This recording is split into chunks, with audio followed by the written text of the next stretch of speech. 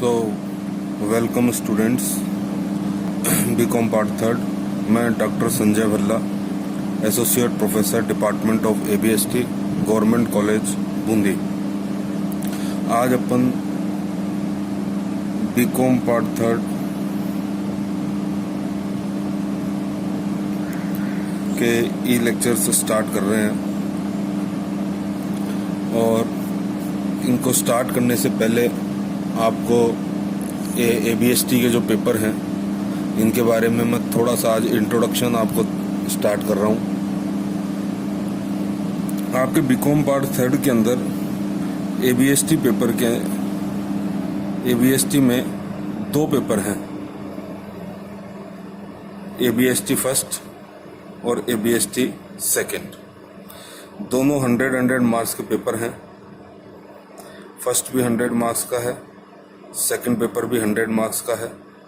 First paper जो है इसका नाम है कॉरपोरेट एंड मैनेजमेंट अकाउंटिंग और सेकंड पेपर का नाम है taxation. Corporate and management accounting and taxation, second paper taxation. तो मैं आपको ये जो ई लेक्चर स्टार्ट कर रहा हूँ आज से, ये एबीएसटी पेपर फर्स्ट के स्टार्ट कर रहा हूँ, कॉरपोरेट एंड मैनेजमेंट अकाउंटिंग के। सबसे पहले आप ये समझ लीजिए कि आपका ये जो पेपर आएगा 100 मार्क्स का, इसका प्रारूप क्या होगा, किस तरीके से पेपर आएगा। इस पेपर के अंदर सबसे पहले 10 क्वेश्चंस आएंगे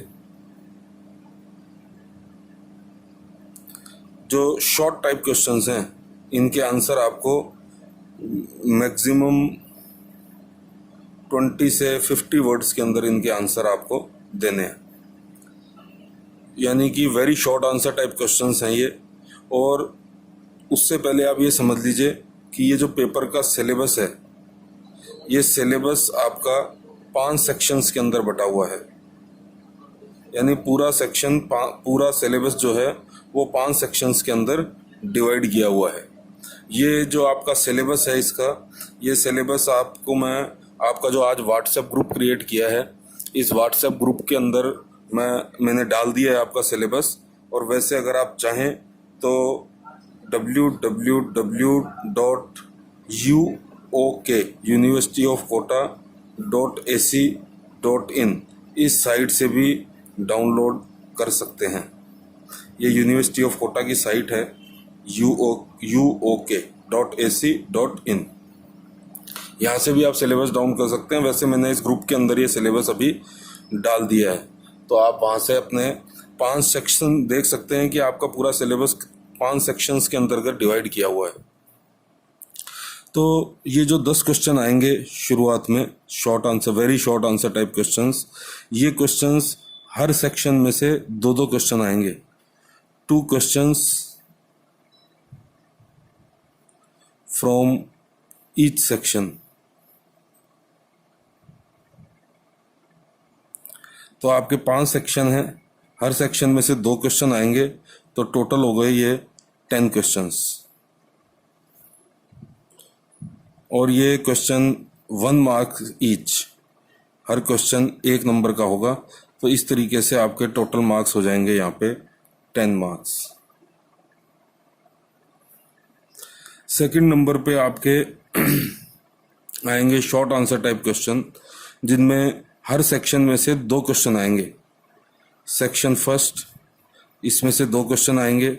सेक्शन 2 में से 2 क्वेश्चन, थर्ड में से 2 क्वेश्चन, फोर्थ में से 2 क्वेश्चन और 5th सेक्शन में भी 2 क्वेश्चन, यानी कि हर सेक्शन में से 2 क्वेश्चन आएंगे। और इन दोनों क्वेश्चंस में से आपको एक क्वेश्चन करना है, इन 2 में से एक करना है, इन 2 में से एक, और इन 2 में से एक, और इन दोनों में से एक। इस तरीके से आपको टोटल क्वेश्चन कितने करने हैं? टोटल क्वेश्चन करने हैं 5। और ये क्वेश्चन जो होंगे 5 क्वेश्चंस, ये होंगे 10 मार्क्स ईच, 10 मार्क्स ईच। इस तरीके से आपके यहाँ पर टोटल हो जाएंगे ये 50 मार्क्स के। यहाँ पर एक सावधानी समझ लीजिएगा, आपको टोटल क्वेश्चन करने हैं 5, हर सेक्शन में से एक क्वेश्चन करना है। आप ये नहीं कर सकते कि 5 क्वेश्चन करने हैं तो पहले सेक्शन में से 2 क्वेश्चन कर दिए, तीसरे सेक्शन में से 2 क्वेश्चन कर दिए और 5वें सेक्शन में से 1 क्वेश्चन कर दिया, तो ये गलत हो जाएगा। आपको हर सेक्शन में 2 में से 1 का चुनाव करते हुए कुल 5 क्वेश्चन करने हैं। इसके बाद में आते हैं लॉन्ग आंसर टाइप क्वेश्चन, और ये क्वेश्चन आएंगे टोटल 4 क्वेश्चंस आएंगे, और इन 4 क्वेश्चंस में से आपको 2 क्वेश्चन कोई से भी करने हैं, और ये होंगे 20 मार्क्स ईच। तो ये 2 क्वेश्चन 20 मार्क्स ईच के होंगे, तो ये हो जाएंगे 40 मार्क्स के। इस तरीके से आपका टोटल पेपर होगा 100 मार्क्स का। ये 4 क्वेश्चन किसी भी सेक्शन में से आ सकते हैं, लेकिन एक सेक्शन में एक से ज़्यादा क्वेश्चन नहीं होंगे। यानी आपके टोटल 5 सेक्शन हैं सिलेबस के अंदर, तो ये 5 सेक्शन में से किसी भी 4 सेक्शन में से ये 4 क्वेश्चन आ सकते हैं। तो इस प्रकार से आपका ये पेपर का प्रारूप है, इसी तरीके से आपको तैयारी करनी है। चलिए, ये तो एक अपनी पहली बात हो गई कि आपका पेपर क्या है। तो ABST का पेपर 2 भागों में डिवाइडेड है, ABST फर्स्ट, ABST सेकंड। दोनों पेपर 100 मार्क्स के हैं। ABST फर्स्ट पेपर का नाम है corporate and management accounting, second paper का नाम है टैक्सेशन। फर्स्ट पेपर यहाँ पर मैं हैंडल करूँगा, कॉर्पोरेट एंड मैनेजमेंट अकाउंटिंग के ई लेक्चर्स मैं आपको यहाँ पे ग्रुप में डालता रहूँगा। और टैक्सेशन का जो पेपर है ये आपको मैडम हेमलता बताएंगी। इस टैक्सेशन के पेपर में मुख्य रूप से GST का पोर्शन है सारा का सारा, जो भी रिसेंटली GST लागू हुआ था उसका पोर्शन इस टैक्सेशन के पेपर के अंदर है। चलिए, अब अपन बात करते हैं management, corporate and management accounting के। फर्स्ट सेक्शन के अंदर इसका इंट्रोडक्शन,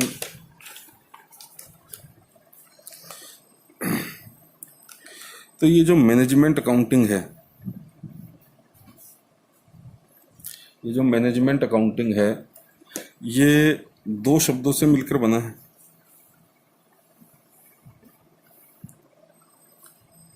एक शब्द इसमें मैनेजमेंट है, एक अकाउंटिंग है। तो सबसे पहले अकाउंटिंग को क्लियर कर लीजिए, वापस रिकॉल कर लीजिए। हालांकि आप 11वीं 11 12 से पढ़ते आ रहे हैं अकाउंटेंसी, वो जो अकाउंटेंसी आपने 11 12 में पढ़ी थी, फर्स्ट ईयर में पढ़ी थी, वो सारी अकाउंटिंग कौन सी अकाउंटिंग थी? Financial accounting. और ये अकाउंटिंग होती क्या है, इसकी असली डेफिनेशन क्या है, वो एक बार फिर से रिकॉल कर लीजिए अपने माइंड के अंदर। अकाउंटिंग जो है ये सबसे पहली बात तो फाइनेंशियल ट्रांजैक्शंस,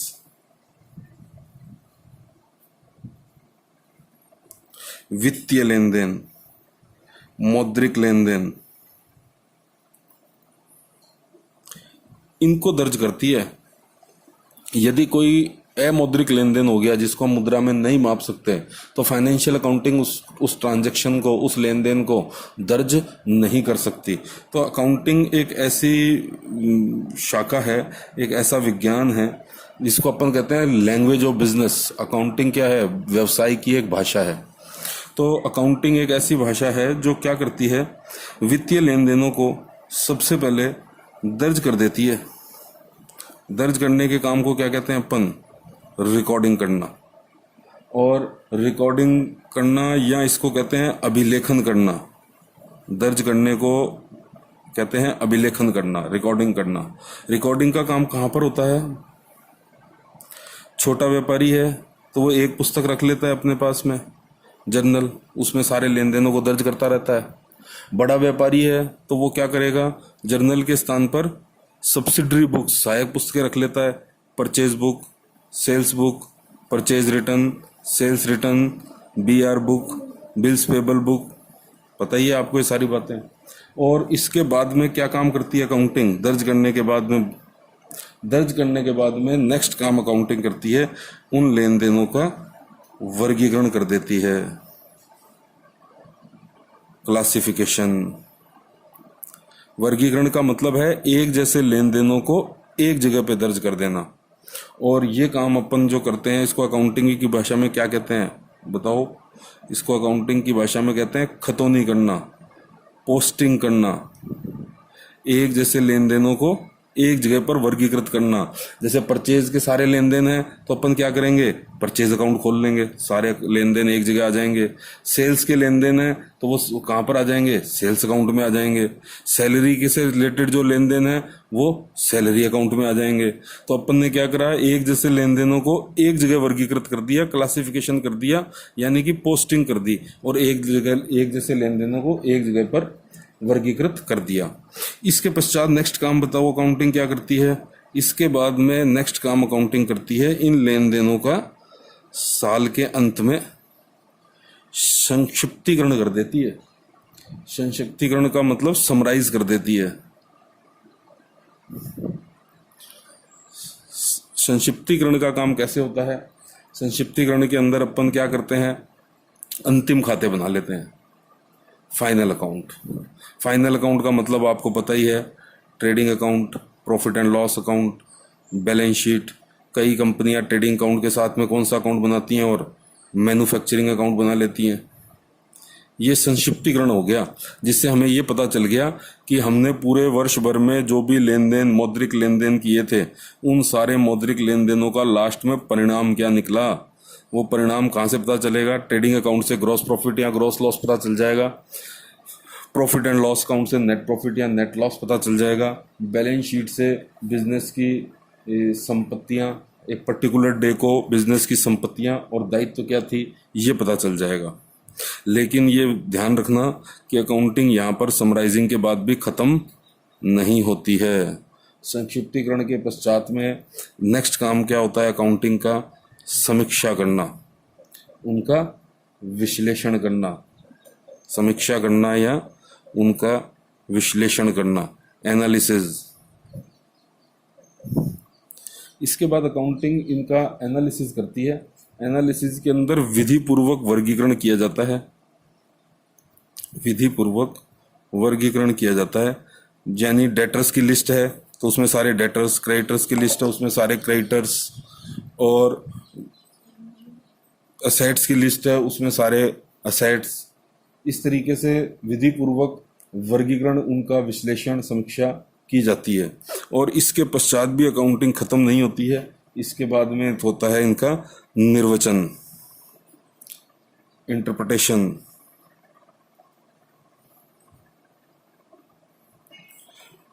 जैसे इसके अकाउंटिंग, इसके बाद में अपन इनका रेशियो एनालिसिस करते हैं कि सेल्स से प्रॉफिट कितना परसेंट रहा, प्रॉफिट का असेट से क्या रेशियो था, फंड फ्लो वगैरह बनाते हैं, फंड्स फ्लो, कैश फ्लो, जिससे कि इन वित्तीय लेन देनों को और ढंग से गहराई से समझा जा सके, निर्वचन किया जा सके। और निर्वचन के पश्चात भी अकाउंटिंग खत्म नहीं होती है। इसके बाद एक अंतिम कार्य अकाउंटिंग का आता है, संवहन करना, कम्युनिकेट करना, कम्युनिकेशन। संवहन क्यों? क्योंकि अकाउंटिंग व्यवसाय की भाषा है। शुरू में मैंने आपको बताया accounting is a language of business. तो अकाउंटिंग का मुख्य उद्देश्य है कि व्यवसाय से संबंधित सभी पक्षकार, चाहे वो आंतरिक पक्षकार हो चाहे वो बाह्य पक्षकार हो, उनको व्यवसाय के वित्तीय लेन देनों की संपूर्ण जानकारी देना, जिससे वो व्यक्ति बिजनेस को समझ सकें, बिजनेस में क्या हुआ है और बिजनेस से संबंधित निर्णय ले सकें। जैसे क्रेडिटर्स है, बैंक है या आउटसाइडर हैं, ये जानना चाहते हैं कि व्यवसाय को हम लोन दे रहे हैं तो हमारा लोन सुरक्षित रहेगा या नहीं रहेगा। वो इस बात का पता कैसे लगाएंगे? अकाउंटिंग से पता लगाएंगे। तो अकाउंटिंग का अंतिम कार्य आता है ये सारी सूचनाएं संवहन कर देना, कम्युनिकेट कर देना। ये कम्युनिकेट करने के लिए चाहे आपको ग्राफ बनाने पड़े, चाहे आपको डायग्राम्स वगैरह बनाने पड़े, ये सारा काम भी संवहन का काम अंतिम कार्य आ जाता है अकाउंटिंग का। अब ये जो आपका पेपर है, इस पेपर का नाम है मैनेजमेंट अकाउंटिंग। ये जो मैंने अकाउंटिंग की अभी आपको बात बताई है, ये अकाउंटिंग को अपन कहते हैं फाइनेंशियल अकाउंटिंग। जो आप 11th में पढ़ी थी, आपने 12th में पढ़ी थी, फर्स्ट ईयर में भी पढ़ी थी, और सेकेंड ईयर में आपने पढ़ी थी कॉस्ट अकाउंटिंग। ये है मैनेजमेंट अकाउंटिंग। अब मैनेजमेंट के साथ में अकाउंटिंग को मर्ज कर दिया। इसका मतलब समझ लीजिए कि मैनेजमेंट जो है, इस मैनेजमेंट का कार्य क्या होता है। व्यवसाय में मैनेजमेंट का कार्य क्या होता है। मैनेजमेंट का कार्य होता है व्यवसाय से related planning, controlling, organisation, organising इत्यादि, ये मैनेजमेंट के कार्य हैं। तो मैनेजमेंट को अपने कार्यों के अंदर लेने पड़ते हैं डिसीजंस, निर्णय लेने पड़ते हैं समय समय पर। बार बार मैनेजमेंट को क्या लेने पड़ते हैं, निर्णय लेने पड़ते हैं। और ये निर्णय किससे संबंधित होते हैं, मुख्य रूप से निर्णय संबंधित होते हैं किससे, भविष्य से। तो अब मैनेजमेंट को जब भविष्य से संबंधित निर्णय लेने पड़ रहे हैं, प्लानिंग बनानी पड़ रही है, तो उन सारी डिसीजंस लेने के लिए मैनेजमेंट को चाहिए डाटा। और वो डाटा कहाँ से आएगा मैनेजमेंट के पास में, वो डाटा या वो सूचनाएं, वो समंक, वो आंकड़े, वो सारे के सारे सूचनाएं कहाँ से मैनेजमेंट को प्राप्त होंगे, फाइनेंशियल अकाउंटिंग से प्राप्त होंगे। तो फाइनेंशियल अकाउंटिंग से डाटा लेकर, सूचनाएं लेकर, फाइनेंशियल अकाउंटिंग के अलावा अन्य अकाउंटिंग की जो ब्रांच हैं उनसे भी ये मैनेजमेंट डाटा इकट्ठे करता है। जैसे कॉस्ट अकाउंटिंग से भी सूचनाएं लेगा, फाइनेंशियल अकाउंटिंग से भी सूचनाएं लेगा मैनेजमेंट, और उन समस्त सूचनाओं को एकत्रित करके उन सूचनाओं का प्रयोग वो किस लिए करेगा, अपने मैनेजमेंट से संबंधित कार्यों के अंदर। चाहे वो प्लानिंग का कार्य हो, चाहे कंट्रोलिंग का कार्य हो, चाहे ऑर्गेनाइजेशन से संबंधित कार्य हो, चाहे डिसीजन मेकिंग से संबंधित कार्य हो, चाहे भविष्य से संबंधित निर्णयों का कार्य हो। उन समस्त कार्यों के लिए प्रबंध, अकाउंटिंग और अकाउंटिंग की अन्य शाखाओं से डाटा एकत्रित करके अपने प्रबंधकीय कार्यों में उनका समुचित उपयोग करेगा। इसकी पूरी की जो मेथड है या एक जो पूरी ब्रांच है, इस पूरी ब्रांच का नाम रखा है मैनेजमेंट अकाउंटिंग। तो मैनेजमेंट अकाउंटिंग अपने आप में एक बहुत शानदार, एक बहुत इंटरेस्टिंग टॉपिक है, इंटरेस्टिंग सब्जेक्ट है। तो प्रबंध लेखांकन मुख्य रूप से संबंधित किससे होता है, भविष्य से। ये जो अपन ने अकाउंटिंग पढ़ी, इस अकाउंटिंग को अपन कहते हैं हिस्टोरिकल अकाउंटिंग, क्योंकि ये ऐतिहासिक है। आप लेन देन, भविष्य के लेन देन को दर्ज नहीं कर सकते, आप केवल मौद्रिक लेन देनों को दर्ज कर सकते हैं। और लेन देनों को दर्ज भी कब करेंगे, लेन देन होने के पश्चात। इसलिए फाइनेंशियल अकाउंटिंग को कहते हैं हिस्टोरिकल अकाउंटिंग, ऐतिहासिक लेखांकन। मैनेजमेंट अकाउंटिंग जो है ये कंप्लीटली डिफर करता है। किस बात पर डिफर करता है, क्योंकि ये किससे संबंध रख रहा है, भविष्य से। हमें तो मशीन खरीदनी है, मैनेजमेंट को तो मशीन खरीदनी है। अब उसको डिसीजन लेना है कि मेरे सामने तो 5 मशीनें हैं, उन 5 मशीनों में से कौन सी मशीन खरीदूं। तो वो तो निर्णय भविष्य से संबंधित हो गया। और उस डिसीजन को लेने के लिए मैनेजमेंट डाटा कलेक्ट करेगा, फाइनेंशियल अकाउंटिंग से डाटा लेगा, कॉस्ट अकाउंटिंग से लेगा, अन्य शाखाओं से डाटा एकत्रित करेगा। उन सारे डाटा, आंकड़ों का एनालिसिस करने के पश्चात फिर निर्णय लेगा मैनेजमेंट कि अपने को कौन सी मशीन खरीदनी चाहिए, क्या डिसीजन लेना चाहिए। तो प्रबंध लेखांकन अपने आप में बड़ा एक इंटरेस्टिंग सब्जेक्ट है, और आप पढ़ेंगे इस सब्जेक्ट को तो आपको बहुत आनंद आएगा, बढ़िया लगेगा। आज मैंने आपको इसका एक ओवरव्यू बताया है कि प्रबंध लेखांकन वास्तविक में होता क्या है। इसमें अनेक प्रकार की विधियों का अपन पढ़ेंगे, अनेक प्रकार की तकनीक पढ़ेंगे, अनेक प्रकार की पद्धतियों का अध्ययन करेंगे, जिसके आधार पर मैनेजमेंट डिसीजन लेता है, जिनको मैनेजमेंट उपयोग में लेता है। इसीलिए इस पूरे ब्रांच का नाम क्या है, मैनेजमेंट अकाउंटिंग। तो मैनेजमेंट अकाउंटिंग का बेस क्या है, मैनेजमेंट अकाउंटिंग का बेस तो फाइनेंशियल अकाउंटिंग है, क्योंकि डाटा, आंकड़े, सूचनाएं तो कहाँ से आएंगी, फाइनेंशियल अकाउंटिंग से आएंगी। लेकिन उनका यूज करेगा मैनेजमेंट अपने मैनेजमेंट के विभिन्न निर्णयों के लिए, चाहे वो प्लानिंग का काम हो, चाहे कोई सा भी काम हो, कंट्रोलिंग का हो, चाहे डिसीजन मेकिंग का काम हो। तो नेक्स्ट लेक्चर के अंदर अपन देखेंगे कि मैनेजमेंट अकाउंटिंग की विशेषताएं क्या होती हैं, करैक्टरिस्टिक्स क्या होती हैं मैनेजमेंट अकाउंटिंग की। फिर मैनेजमेंट अकाउंटिंग का उद्देश्य क्या है, इसका ऑब्जेक्ट क्या है मैनेजमेंट अकाउंटिंग का। फिर इसका स्कोप क्या है, इसका क्षेत्र क्या है, मैनेजमेंट अकाउंटिंग का क्षेत्र क्या है। फिर इसके लिए क्षेत्र के बाद में अपन देखेंगे इसके अंदर कौन कौन सी तकनीकों का प्रयोग किया जाता है, कौन कौन सी विधियों का प्रयोग किया जाता है। ये आपका फर्स्ट चैप्टर है इंट्रोडक्शन का मैनेजमेंट अकाउंटिंग का, जिसमें मैनेजमेंट अकाउंटिंग की विशेषताएं, उद्देश्य, क्षेत्र, तकनीकें वगैरह ये सारी की सारी आएंगी। और प्रबंध लेखांकन और वित्तीय लेखांकन में, इन दोनों लेखांकन में अंतर क्या है, ये सारे के सारे अपन फर्स्ट चैप्टर के अंदर स्टडी करेंगे नेक्स्ट लेक्चर से।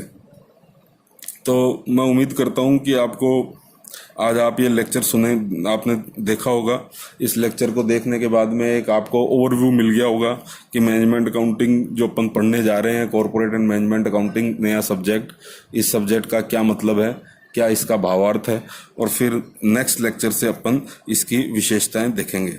व्हाट्सएप ग्रुप मैंने इसमें बना दिया है आपका बीकॉम पार्ट 3 का। इस व्हाट्सएप ग्रुप के अंदर मैंने उन सभी विद्यार्थियों को जोड़ने की कोशिश करी है जिन विद्यार्थियों को सेकंड ईयर से थर्ड ईयर में प्रमोट कर दिया गया था, और जिन विद्यार्थियों के व्हाट्सएप नंबर अवेलेबल थे वो सारे विद्यार्थियों को मैंने इस ग्रुप के अंदर जोड़ दिया है। इसके अलावा यदि कोई विद्यार्थी ऐसे हों जिनका कॉलेज के अंदर जो नंबर दिया हुआ था, कॉलेज डाटा के अंदर जो नंबर था उस पर व्हाट्सएप नहीं है, वो विद्यार्थी अगर ग्रुप में जुड़ना चाहें तो इसका एक लिंक मैं आपको शेयर कर रहा हूँ। इस लिंक को आप क्लिक करके भी इस ग्रुप के अंदर जुड़ सकते हैं। इस ग्रुप के अंदर मैं आपको यहाँ से लेक्चर दूंगा रिकॉर्ड करके, और आपको इस ग्रुप के अंदर मैं डालता रहूँगा। इसका लिंक डाल दूंगा मैं आपको यूट्यूब का, जिसमें ये लेक्चर रिकॉर्ड होंगे। आप उस लिंक को क्लिक करेंगे तो आप उस लेक्चर को सुन पाएंगे और देख पाएंगे, और उसके आधार पर आप अपना, जब तक ये लॉकडाउन चल रहा है या कोविड-19 के कारण अपन कॉलेज में नहीं आ पा रहे हैं, क्लासरूम टीचिंग नहीं हो पा रही है, तब तक अपन इसी मेथड से अपनी पढ़ाई को जारी रखेंगे। Thank you very much.